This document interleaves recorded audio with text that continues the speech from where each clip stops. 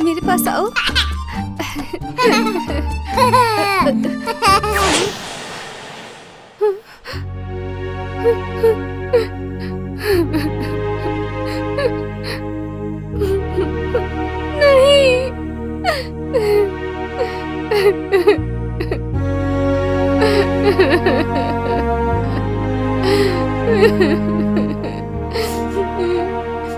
क्या हुआ सारस?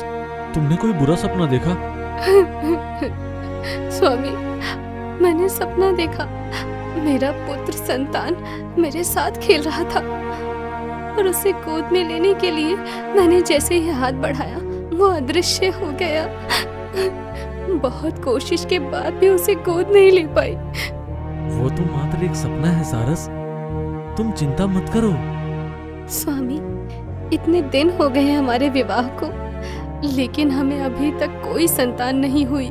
एक नारी संपूर्ण होती है, उसके माँ बनने के बाद मैं क्या असंपूर्ण रह जाऊंगी स्वामी? ऐसा क्यों सोच रही हो सारस? एक दिन तुम्हारी गोद जरूर भरेगी ही भरेगी। देखो तुम ऐसे दुखी मत हो।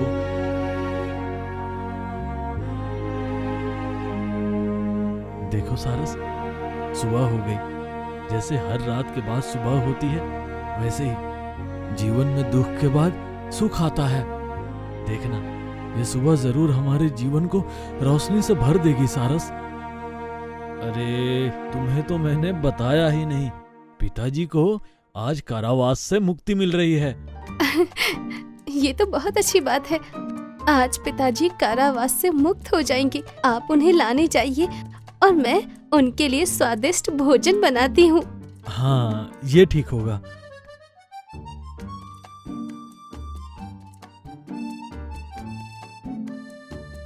बहू, तुम्हारे हाथ का खाना तो बहुत ही स्वादिष्ट है।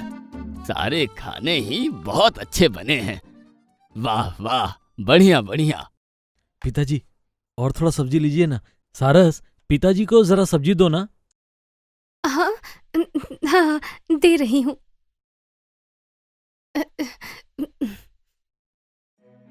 नहीं नहीं, रुक जा, और नहीं खा सकता। मेरा पेट भर चुका है।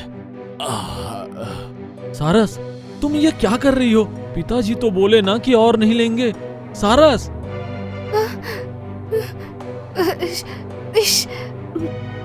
असल में मैं अच्छा, क्या बात है बहू? तुम दुखी और लापरवाह नजर आ रही हो। क्या हुआ है बहू? कहाँ, कुछ भी नहीं। आपको और पूरी दूं? पिताजी, सारस के व्यवहार के लिए मैं क्षमा प्रार्थी हूँ। ये बड़ी बात नहीं है तेजस। बहू को देखने पर बहुत दुखी लग रही है। हाँ पिताजी, आपकी बहू अभी तक माँ नहीं बन पाई, इसीलिए दुखी है। उसे लगता है वो कभी माँ नहीं बन पाएगी। इसी चिंता में वो हमेशा डूबी रहती है। अच्छा तेजस, मैं कल सुबह सर्वज्ञान ध्यान के द्वारा इसका उत्तर खोजने की कोशिश करूंगा।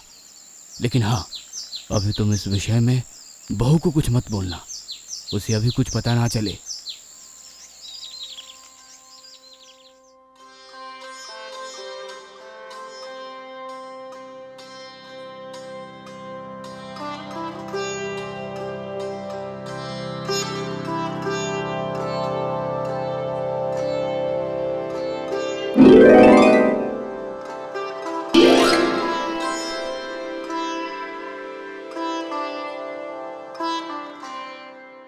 बहू, तुम्हें दुखी होने या चिंता करने की जरूरत नहीं है। मैं सर्वज्ञान ध्यान से जान पाया कि तुम्हें संतान प्राप्ति योग है, और केवल संतान प्राप्ति योग ही नहीं, वो संतान अलौकिक क्षमता से भरपूर एक वीर योद्धा होगा। पिताजी, ये तो बहुत खुशी की बात है। सुन रही हो सारस, हम दोनों माता पिता बन सकते हैं। तेजस, बेटा तुम्हें संतान लाभ का योग तो है, लेकिन संतान प्राप्ति की राह मुश्किलों से भरी है। पिताजी, हमारी संतान प्राप्ति की राह मुश्किलों से भरी हुई है। हाँ तेजस, मेरी बातें ध्यान से सुनो। यह ब्रह्मांड पंच तत्व से बना है। पिताजी, पंच तत्व क्या है? पृथ्वी, अग्नि, वायु, जल और आकाश, इन्हें ही हम पंच तत्व कहते हैं। और इस पंच तत्व से ही समस्त प्राणी की सृष्टि हुई है। लेकिन बहू, तुम्हारे शरीर में पंच तत्व की मात्रा ठीक नहीं है। जल तत्व जितना रहना चाहिए उतना नहीं है, और ये अभाव सृष्टि किया है दुष्ट जल राक्षस पानी राका। क्योंकि तुम्हारे संतान के हाथों राक्षस पानी राका की मृत्यु लिखी है। तुम्हारे गर्भ में कभी संतान ना हो, इसीलिए पानी राका जल तत्व की मात्रा में बाधा सृष्टि कर रहा है। तुमने पक्षी रूप से मनुष्य रूप धारण किया है, इसीलिए तुम में सप्त चक्र सक्रिय नहीं है। और सप्त चक्र सक्रिय ना होने के कारण कुंडलिनी शक्ति जागृत नहीं हो सकती। पिताजी, सप्त चक्र क्या है? कुंडलिनी शक्ति जागरूक होने से क्या होगा? हमारे शरीर में सप्त चक्र है। मूलाधार चक्र, स्वादिष्ठान चक्र, मणिपुर चक्र, अनाहत चक्र, विशुद्ध चक्र, आज्ञा चक्र और सहस्त्रार चक्र। इन सब चक्रों को ध्यान करके तुम्हें तुम्हारे शरीर में प्रतिष्ठित करने होंगे, और सारे चक्रों को सक्रिय करके तुम्हें कुंडलिनी चक्र को जागृत करना होगा। तेजस, तुम्हारे शरीर में सारे चक्र रहने के बाद भी वो निष्क्रिय है। तुम्हें ध्यान साधना के द्वारा निष्क्रिय चक्रों को जागृत करना होगा, उसके बाद कुंडलिनी जागरण। पिताजी, कुंडलिनी शक्ति जागृत होने से क्या होगा? और मैं कैसे पंच तत्व को या जल के भार को अपने शरीर में ठीक कर पाऊंगी और सप्त चक्रों को मेरे शरीर में प्रतिष्ठित कर पाऊंगी? बहू, ये सब तुम्हें ध्यान साधना से प्राप्त होगी, और ये साधना तुम्हें सप्तवर्ण सागर के शुभ्र द्वीप में बैठकर करना होगा। लेकिन हम सप्तवर्ण सागर के सुरवा द्वीप में जाएंगे कैसे? जादुई चादर से? नहीं तेजस, जादुई चादर के सहारे तुम सप्तवर्ण सागर में नहीं जा सकती, लेकिन पवित्र अल्लाह की झील तक तुम इस जादुई चादर में जा सकती हो, और पवित्र अल्लाह झील का पथ निर्देश करके ले जाएगा। श्वेत कबूतर, वो टेबल में देख सकते हो 2 कलश रखे हैं, उसमें जो राख रखी है, अगर तुम दोनों इस राख को उड़ा दो तो इस राख से जन्म लेगा श्वेत स्वर्ण कबूतर। वह कबूतर तुम्हें प्रिय अल्लाह की झील तक ले जाएगा, और वहां जाकर श्वेत स्वर्ण कबूतर पुनः राख बनकर पवित्र अल्लाह झील में मिल जाएगा। वहां तुम्हें मिलेंगे अल्लाह के फरिश्ते फकीर आलम। वो तुम्हें सप्त सागर स्वप्नद्वीप का रास्ता बता देंगे। पिताजी, हम कल सुबह ही हमारे लक्ष्य के लिए यहाँ से रवाना होंगे। जरूर, कल ही तुम दोनों निकल जाओ। मेरा आशीर्वाद हमेशा तुम्हारे साथ है। ये लो तेजस, तुम्हारे दोनों हाथ बढ़ाओ।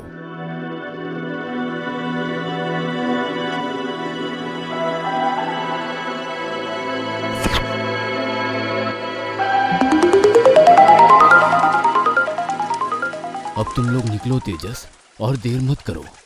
ये कबूतर तुम्हें राह दिखाकर पवित्र अल्लाह झील तक ले जाएगा। अच्छा पिताजी, चलता हूँ। विजयी भव।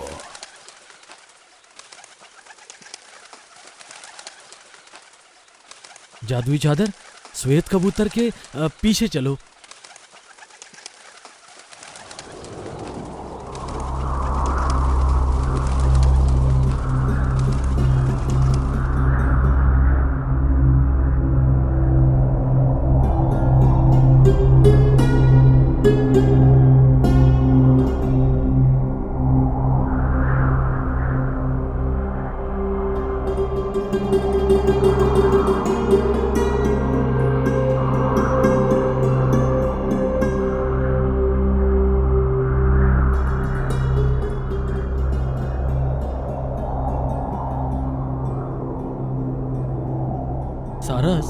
हम शायद पवित्र अल्लाह के झील में पहुंच चुके हैं।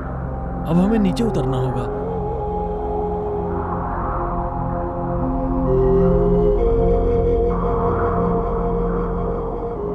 स्वामी, फकीर आलम हमें यहाँ पर मिलेंगे ना? हाँ सारस, चलो हम उन्हें खोजते हैं।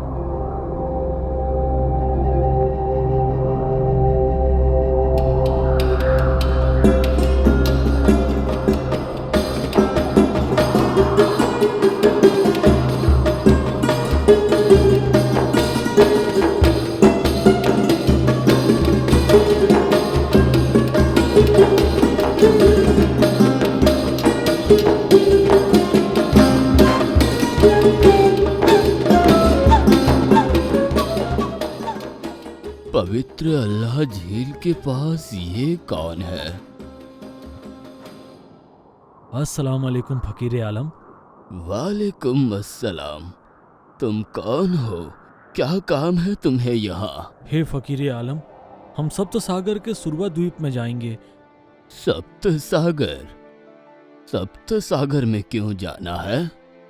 मेरी स्त्री सारस, शैतान जल दैत्य पानी राका मेरी स्त्री के जल तत्व के भार को बिगाड़ दिया है, जिससे हमें संतान ना हो। लकड़हारा तेजस और सारस शुभ्रा, तुम्हारा इस पवित्र अल्लाह के झील में स्वागत है। तुम ध्यान साधना से सारी बाधाओं से मुक्त होकर संतान प्राप्ति कर पाओगे। तुम्हें सिर्फ एकाग्रता से सप्त सागर के शुभ्र द्वीप में ध्यान साधना करनी होगी। किसी भी तरह तुम्हारे ध्यान में विघ्न ना घटे। चाहे जितना भी पानी राका तुम्हें बाधा देने की कोशिश करे। आप जैसा कहें फकीर आलम, आपकी बात हम मानेंगे। तुम इस पवित्र अल्लाह झील के बीच से सप्त सागर के शुभ्र द्वीप में जाओगे। वहां से? लेकिन कैसे जाएंगे? अल्लाह की दया से इस झील के दो टुकड़े होके बीच से रास्ता निकलेगा। और तुम तो अल्लाह के नेक बंदे हो। तुम्हारे अंतरात्मा की पुकार अल्लाह जरूर सुनेगा। आओ आओ, हम अल्लाह के पास दरबार करते हैं। अल्लाह अल्लाह अल्लाह अल्लाह अल्लाह अल्लाह अल्लाह अल्लाह, ला इलाहा इल्लल्लाह। हमारे मालिक तुम्हें अल्लाह, ला इलाहा इल्लल्लाह। हमारे मालिक तुम्हें अल्लाह। तुम्हारे दर पर आए हैं आज, जाएंगे सप्तर सागर। बना दो राह इस झील से, तुम्हारी छाती को चीर के। ध्यान साधना में हो विजय, हे अल्लाह ताला। ला इलाहा इल्लल्लाह। हमारे मालिक तुम्हें अल्लाह। जल रही है दिल में दुखों की ज्वाला, दिखा दो मालिक तुम अब कुदरत का खिला। दिखा दो आज करुणा तुम अपनी ममता की धारा। ला इलाहा इल्लल्लाह। हमारे मालिक तुम्हें